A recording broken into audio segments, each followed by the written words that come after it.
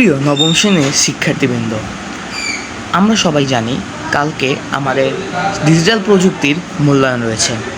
তো আমরা সেই মূল্যায়নে কি করব তাই এই ভিডিওর মাধ্যমে বলে দিব। আমাদের ষান্মাসিক সামষ্টিক মূল্যায়নে যে ডিজিটাল প্রযুক্তি রয়েছে তার প্রশ্ন আমরা ইতিমধ্যেই পেয়ে গেছি। সাইবার নিরাপত্তা বিষয়ক সচেতনতামূলক তথ্য উপস্থাপন। হ্যাঁ, ডিজিটাল প্রযুক্তির ব্যবহার বৃদ্ধির সাথে সাথে এর নিরাপত্তা ঝুঁকিও ক্রমাগত বেড়ে চলছে। এলাকার সাধারণ নাগরিক যারা এই ব্যাপারে সচেতন না, তারা বিভিন্ন সময় নানামুখী সমস্যায় পড়েছেন। মোবাইল বা অন্য যে কোনো ডিভাইস ব্যবহারে তেমন নিরাপত্তামূলক ব্যবস্থা না থাকায় এলাকার লোকজন প্রায়শই সমস্যায় পড়ে ব্যক্তিগত, আর্থিক এমনকি সামাজিক সমস্যায় পড়েছেন।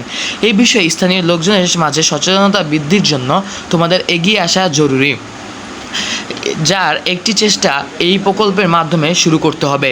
সেজন্য তোমাদের বিদ্যালয়ের বার্ষিক সম্মেলন বা অনুষ্ঠানে সাইবার নিরাপত্তা বিষয়ে স্থানীয় নাগরিকের মাঝে সচেতনতা তৈরির প্রস্তুতির লক্ষ্যে 4 জনের দলগত একটি সৃজনশীল উপস্থাপনা প্রণয়ন করতে হবে। হ্যাঁ দেখো, এটা অনেক বড়, এটা যদি আমি ব্যাখ্যা করি ভিডিওটা অনেক লং হয়ে যাবে। সেই জন্য তোমাদের নিজের থেকে পড়ে এখন বুঝতে হবে, কিন্তু আমি এখানে কাজগুলো বলে দিতে পারি। প্রথম কাজের ধারাবাহিকতা। কাজে নিজ এলাকার নাগরিকদের জন্য ঝুঁকি চিহ্নিত করার জন্য অন্য সম্ভাব্য সাইবার নিরাপত্তা ঝুঁকিগুলোর নাম ও কতজন কোন ঝুঁকির কথা উল্লেখ করেছে তার উপাত্ত অন্য দলের সদস্যদের নিকট হতে সংগ্রহ করো। বন্ধুরা দেখো, আমাদের কাজ 2তে বলা হয়েছে ঝুঁকিগুলোকে 1, 2, 3 ক্রমানুসারে রূপান্তর করে সংগৃহীত উপাত্তের চিহ্নিত ভিত্তিতে নিচের নমুনার মতো স্প্রেডশিট উল্লেখ করে ফর্মুলা ব্যবহার করে শতকরা কতজন কোন সাইবার নিরাপত্তা ঝুঁকি চিহ্নিত করেছে এবং শতকরার কত একটি চার্ট বা পাই চার্ট বের করো। আসলে আমাদের তা করতে হবে না। এটি না করার কারণ সব জায়গায় যে আইসিটি ল্যাব বা আইসিটি রুম হয়েছে তা কিন্তু না, অতএব তা আমরা খাতায় করতে পারি। পুরো বাংলাদেশে সব স্কুলে এভাবে আইসিটি ল্যাব থাকবে না বা আইসিটি রুম থাকবে না যেখানে তোমাদেরকে করতে দেওয়ার সময় দেওয়া হবে। যদি করতে দেওয়া হয় তখন তোমরা বই থেকে শিখে যাবে বা বই নিয়ে যেয়ে সেমভাবে করে দিবে। কাজ 3-এ কী বলা হয়েছে, এই চার্ট হতে সিদ্ধান্ত নিতে হবে যে কোন কোন সাইবার ঝুঁকির জন্য তোমাদের এলাকার নাগরিকের সচেতনতা প্রয়োজন।